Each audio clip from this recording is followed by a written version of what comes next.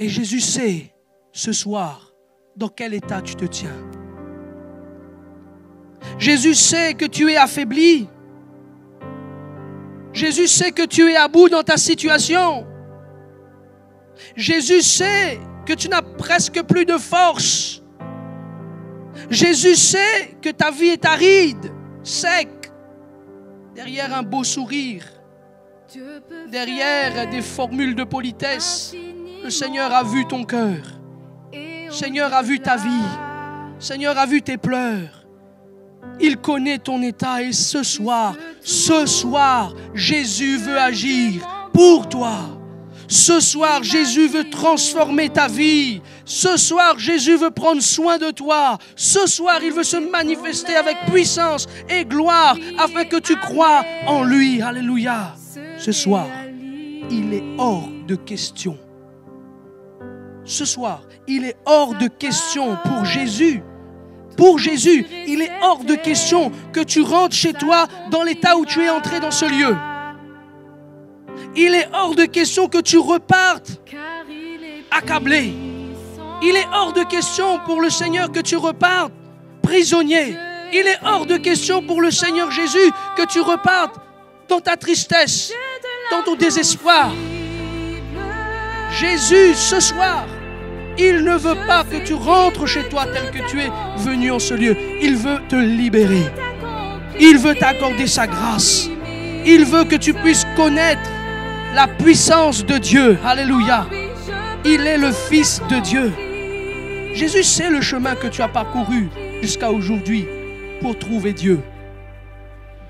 Si tu oses ce soir, ose par la foi, ose seulement invoquer le nom de Jésus avec un cœur sincère et tu vas voir comment la puissance de Dieu va se manifester dans ta vie. Quel que soit ton besoin, Jésus va te rassasier. L'Éternel est mon berger. Je ne manquerai de rien. Alléluia. Je termine en citant ce témoignage de ma propre vie. J'étais atteint d'une maladie génétique. C'était un déficit en glucose 6, phosphate déshydrogénase. Grand terme. Mais en gros, j'avais un gène qui mangeait tous mes globules rouges. Je faisais des crises et je tombais par terre. Je ne savais pas pourquoi. Je suis allé au médecin.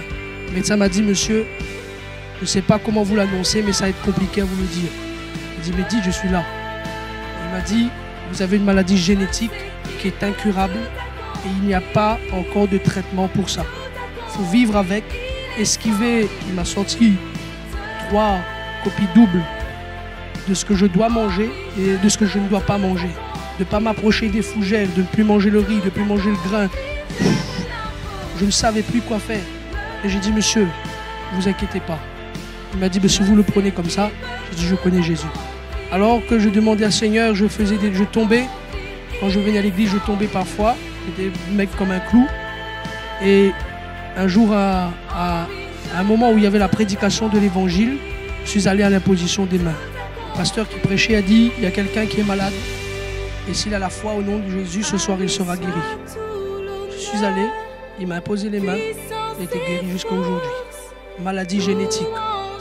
Il n'y a pas de génétique, il n'y a pas de chronique, il n'y a pas de terme dans le royaume de Dieu. Jésus a dit, je suis l'Éternel qui te guérit. Jésus, la Bible dit dans Ésaïe, c'est par ces meurtrissures que vous êtes guéris, c'est accompli. Si tu crois ce soir, fais confiance à Dieu.